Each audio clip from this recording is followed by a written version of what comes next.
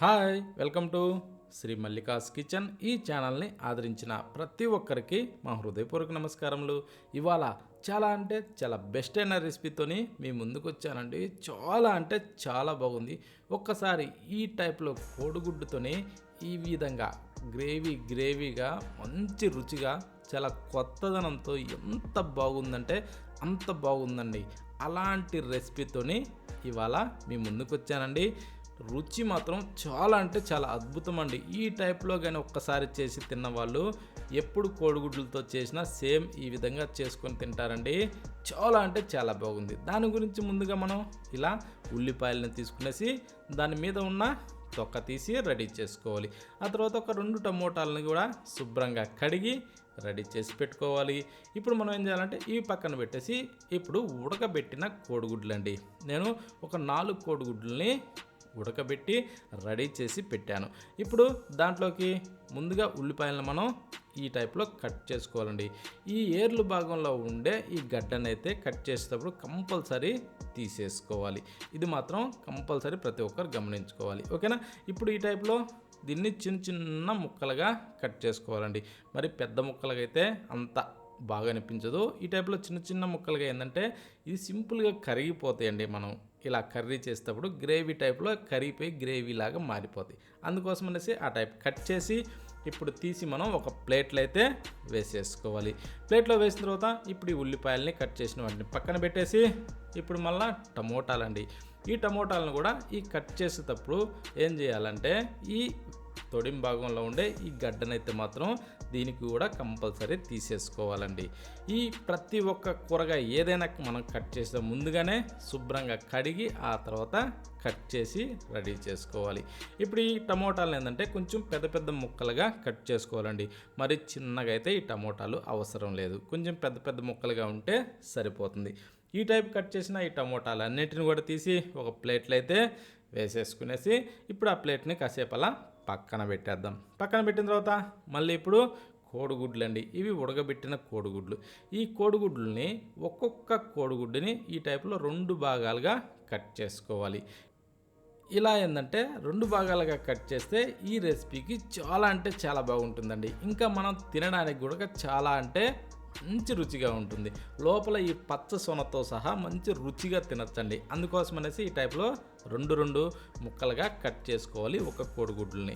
ఓకేనా? ఈ type cut చేసిన తర్వాత తీసి ఒక బౌల్లో వేసి పక్కన పెట్టేసి స్టవ్ మీద ఒక గ్లాసు నీళ్లు పోసిన బౌల్ పెట్టి ఇలా నీటిని కాస్త మరగనివ్వాలండి. మరిగిన తర్వాత స్టవ్ ఆఫ్ చేసి ఒక 10-12 ఎండుమిరపకాయలని ఆ నీటిలో వేసేయాలి. అది స్టవ్ ఆఫ్ చేసిన తర్వాత ఆ వేడి నీటిలో వేసి ఒక 10 నిమిషాలు దీన్ని ఊరనివ్వాలి పక్కన పెట్టేసి. ఓకేనా? ఇప్పుడు మిక్సీ జార్ తీసుకునేసి ఇందాక కట్ చేసిన టమోటాలు దాంట్లో వేసుకునేసి ఇప్పుడు ఒక టేబుల్ స్పూన్ అయితే ధనియాలు కూడా అందులో వేసుకోవాలి. ఆ తర్వాత జీలకర్ర అండి, అది ఒక టేబుల్ స్పూన్ వేసుకొని ఇప్పుడు కొంచెం అల్లం ముక్క అంటే 1 ఇంచు ముక్కను తీసుకొని చిన్న చిన్న ముక్కలుగా కట్ చేసి వేసి ఇప్పుడు వెల్లుల్లిపాయ ఒక గడ్డ వరకు వేసుకోవచ్చండి. ఆ తర్వాత ఇప్పుడు మనం ఊరబెట్టిన ఆ ఎండుమిరపకాయలండి, అంటే వేడి నీటిలో ఊరబెట్టాం చూడండి ఎండుమిరపకాయలు, ఆ ఎండుమిరపకాయలని వేసి ఈ టైప్లో మనం గ్రైండ్ చేసి మెత్తగా మనకి పేస్టు రావాలండి. ఓకేనా? ఈ టైప్లో పేస్టు తయారు చేసుకునేసి ఇప్పుడు దీన్ని కాసేపు అలా పక్కన ఉంచేసుకుందాం. ఆ తర్వాత ఇప్పుడు ఏం చేద్దామంటే స్టవ్ ఆన్ చేసి దానిపైన ఒక ప్యాన్ అయితే పెట్టుకొని ఇప్పుడు ఒక 2 గంటలు ఆయిల్ వేసుకుందామండి. అంటే టేబుల్ స్పూన్తో అయితే 3 దాకా వేసుకోవచ్చు, గంటతో అయితే 2 గంటలు సరిపోతుంది. దాంట్లో చిటికెడు ఉప్పు, చిటికెడు పసుపు, ఆ తర్వాత చిటికెడు కారం వేసుకునేసి ఈ మూడింటిని మనం ఈ ఆయిల్లో బాగా ఇలా మిక్స్ చేసుకోవాలండి. ఈ 3 కలిసే విధంగా ఈ విధంగా బాగా కలుపుకునేసి ఇప్పుడు మనం ఇందాక కట్ చేసి పెట్టుకున్న ఈ కోడిగుడ్లని ఒక్కొక్కటిగా తీసుకునేసి ఈ టైప్లో బోర్లా పెట్టుకోవాలి. ఈ విధంగా ప్రతి ఒక్క కోడిగుడ్డు పీసెస్ని కూడా ఈ విధంగా బోర్ల పెట్టేసుకునేసి ముందు ఒకవైపు బాగా ఇలా ఉడికిన తర్వాత అంటే బాగా వేగిన తర్వాత రెండో వైపుకి కూడా ఈ టైప్లో తిరగేసుకుంటూ రెండు వైపులా కూడా వీటిని మనం బాగా వేగనిచ్చుకోవాలండి. అంటే కలర్ మారే విధంగా మనకి బాగా ఈ టైప్లో వేగనివ్వాలి. ఇలా వేగిన తర్వాత ఇప్పుడు మనం వీటిని తీసేసి ఆ బౌల్లో వేసేసుకోవాలి. ఈ విధంగా ఏంటంటే అంటే మరీ నల్లగా కాకుండా మంచి కలర్ వచ్చే విధంగా వీటిని ఫ్రై చేసుకోవాలి. ఇప్పుడు ఇవి పక్కన పెట్టేసి అదే ఆయిల్లో ఇప్పుడు మనం ఏం చేద్దామంటే 1 టేబుల్ స్పూన్ వచ్చేసి జీలకర్ర వేసుకుందాం ఆ ఆయిల్లోనే. ఆ తర్వాత కట్ చేసిన ఉల్లిపాయలు కూడా అందులో వేసేసుకునేసి, అంటే ఇందాక ఒక 2-3 ఉల్లిపాయలు కోసాం కదండి, ఆ 3 ఉల్లిపాయల ముక్కల్ని ఇందులో వేసేసి ఇవి మంచి కలర్ వచ్చేలాగా, అంటే గోల్డెన్ బ్రౌన్ కలర్ వచ్చేంత వరకు వీటిని ఇలా వేగనిచ్చుకోవాలి.